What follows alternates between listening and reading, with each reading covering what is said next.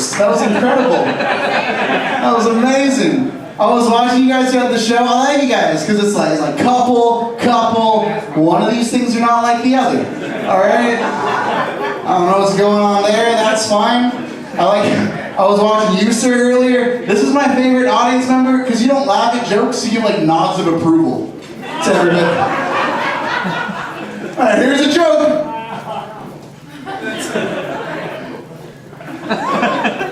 Here's a joke that didn't go over so well. Order a drink because I talked to him. He didn't like that. Oh my God, guys, it's so great being in Seattle. Fuck the rain. Guys, you know what?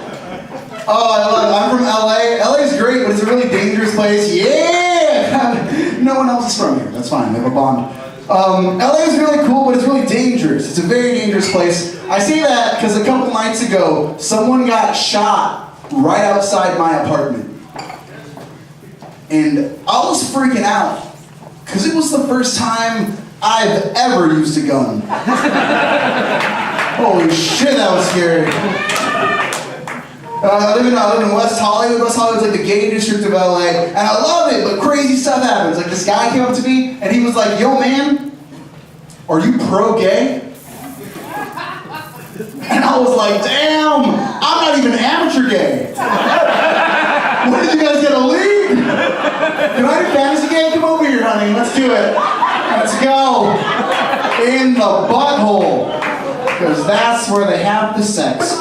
But I hate when people ask for money like that, especially religious groups, because religious groups are sneaky. This is what religious groups do. They're like, "Yo, man, would you like a free prayer?"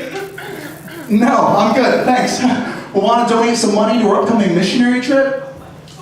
I said no to the free option, bitch. Like, what do you want from me? And I have nothing against religion. I just hate when people try to shove it down your throat. Like, just recently, this guy was like, "Yo, if you don't accept Christ, you're going to hell."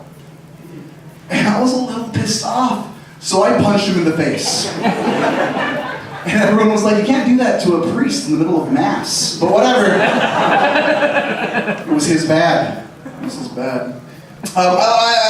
Christianity's great. Christianity's great. I'm not trying to bash it or anything. The only fun thing about Christianity is that it has subgenres. You guys notice that? Like if you're a Christian, or you're like Catholic, fundamentalist, Baptist, Protestant, it's not as simple as Islam, where there's only 2 tracks, you know? Muslim or terrorist. I ran that joke by a Muslim friend. And I was like, "Hey man, is this too offensive?" And he's like, "Nah, that joke's the bomb." Boom. If you didn't like that one, too bad. We got a couple more coming. My buddy's in a wheelchair. Hold on. My buddy's in a wheelchair, and he just joined Alcoholics Anonymous. Which is great, but how does he get through 12 steps?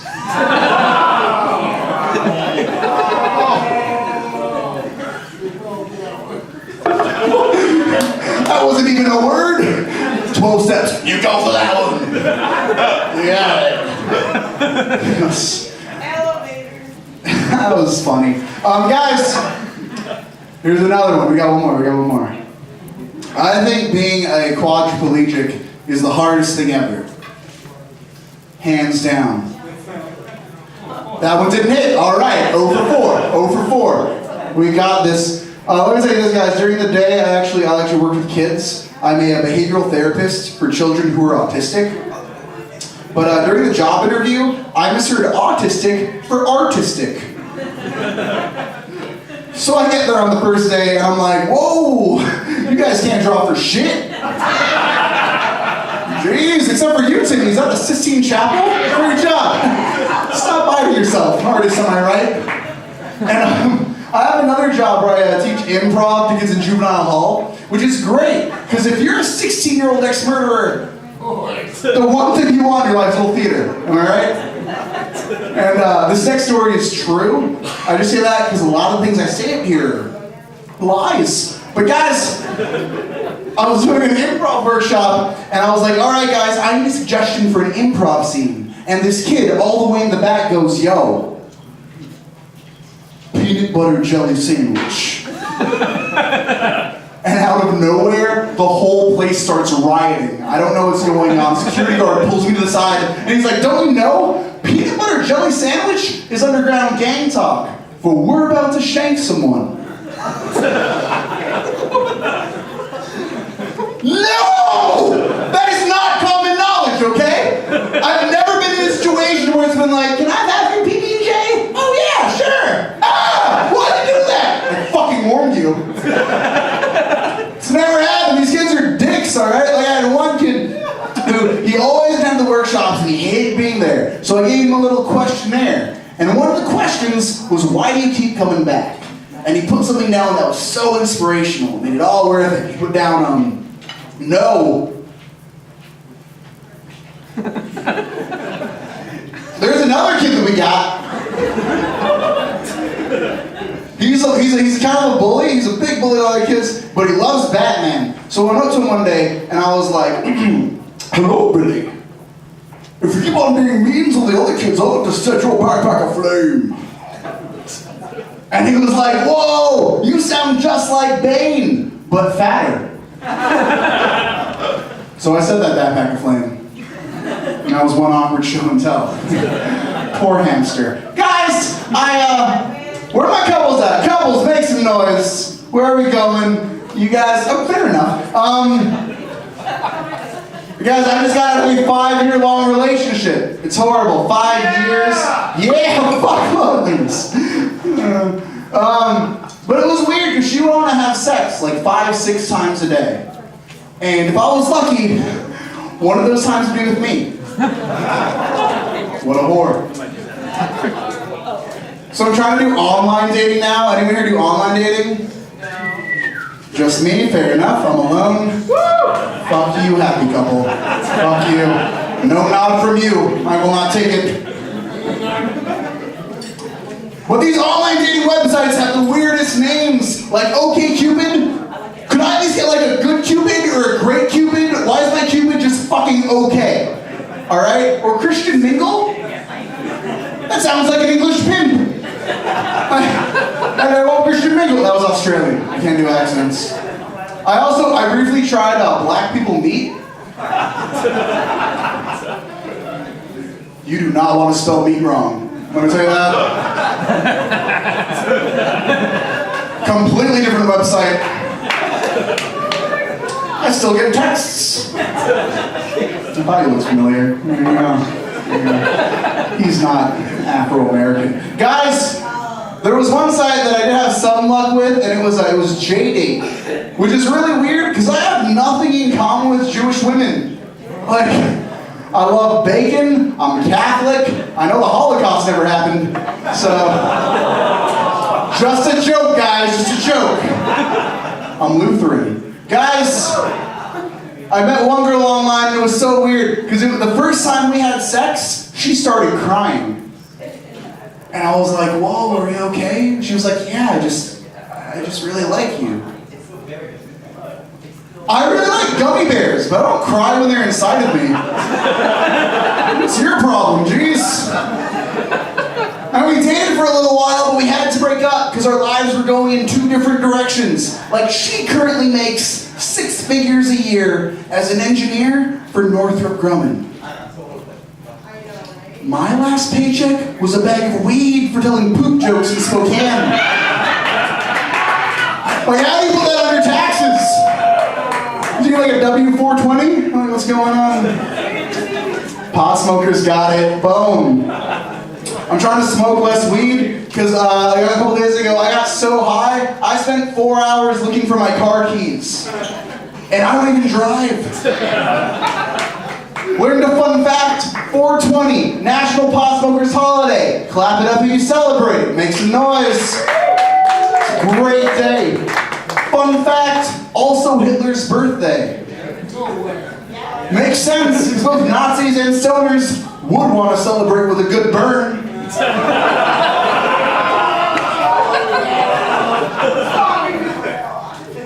That joke was fucking great, I don't care. It's weird. But yo, let's do this. Make some noise if you've ever had a shitty roommate. Who's had a shitty roommate? Clap it up. We've all had them. quiet right now, you were the shitty roommate? Think about that for a second. That was the offensive part. Oh, Nazis burning people. That's okay. He just called me a shitty roommate. That was funny too. Good job. Guys, I had a horrible roommate named Miles, which should have been a red flag, because we're all moving to the metric system. And what Miles would do, that was a good fucking math joke. You didn't laugh, you should have gone to school. It's great. Miles would always eat all of my food, so one day I left out some laxative brownies, and he went for it, which by far was the best story told in his eulogy. Absolutely awesome. It was great. My current roommate, his name is Alex. I love Alex. Alex told me that when we first moved in together, that every time I didn't do the dishes, he would blow his nose onto my towel. But it works out, because every time I heard him and his girlfriend hooking up in the room next to mine, I'd blow a little something into his towel. And so Alex got face herpes. Alex is great. Alex does a lot of gay stuff, but in a good way. I mean, that in a great way. Because every Sunday, Alex dresses up in nothing but socks, boxers, and an apron, and just bakes cakes. All right? It's cute. It's fucking cute. It's the best thing ever. The cakes are like an orgasm in your mouth, and then he lets you eat the cake. That's pretty good. That was a cum joke. If you didn't laugh, I'll have to clarify. Money shot. Guys, I saw my mom before we went on tour. My mom's great. She's this adorable little Filipino woman, but she gets mad over everything. Like, she caught me smoking, and she freaked out. And I'm like, what's the big deal? It's only meth. But my mom, she's this adorable little Filipino woman with a really thick accent. Like, when I was growing up, she'd always be like, oh, Erik, do you want to see the ocean? Do you want to go surfing? Do you want to go see the beach? The what, Mom? Do you want to go see the beach? I do not want to see Grandma right now. Get up on back, Drees. And I feel like I'm a horrible Filipino because I'm a vegetarian, so I don't eat dog. I just don't. But my mom's great. She's super awesome. My dad's actually Mexican, so it's fun being Mexipino, you know? Because they even each other out. Like, some half Filipino, I'm 23, and I'm already losing my hair. But thanks for laughing, asshole. Just a fact, not a joke. But since I'm half Mexican, by the time I was 5, I could grow a mustache. So it all evens out. Hooray for mustaches. That is correct. That is correct. Guys, I ate a lot of fast food in LA. We got In-N-Out. I love In-N-Out. And once I came to Seattle, I would have never thought I'd prefer to just have a bag of dicks in my mouth. Because Dick's is a restaurant here. It's pretty great. But I think fast food is really weird. Like, I went to Panda Express. You guys got Panda Express? Let's pretend that you do for this joke. Guys, I went to Panda Express, I opened up my fortune cookie, and it said, you are a connoisseur of fine food and drink. No, I'm not at fucking Panda Express! Okay? Do you think anyone's ever been like, oh, this Mongolian beef sucks. God damn it, this is divine. No! That has never happened. I don't like a lot of fast food, because I think fast food restaurants have really sexual names. Like Carl's Jr. I don't want to put anyone's Jr. in my mouth. Okay, especially Carl's. Or Jack in the Box. You should not be jacking in any box during your 3 a.m. dinner. That's a different kind of Happy Meal. Or like In-N-Out. I saw a porn called In-N-Out. I brought a whole new meaning to Animal Style. But those two guys did great. They did a good job. Guys, my grandfather is really cool. Do you guys remember planking? Is that over here? My grandfather, he discovered planking and he loves it. He loves it. He's been planking on our kitchen floor for the last 3 weeks. Absolutely awesome. You guys didn't like that one very much. You don't like the dead people. I told that joke once when he was in the audience and everyone just looked at him. Like, how could you not? It's a beautiful urn. Guys! That was a good one. That was a good one. I hate my last name. It's Escobar. Because everyone's always like, Escobar, you part of some kind of Colombian drug cartel? And it doesn't really bother me, because they'll be dealt with. Before I get out of here, you guys need to know something very important, very important. Never do acid. Alright? Never do acid. Because the last time I did acid, I was having a crazy trip when my little brother saw me and asked if he could try some.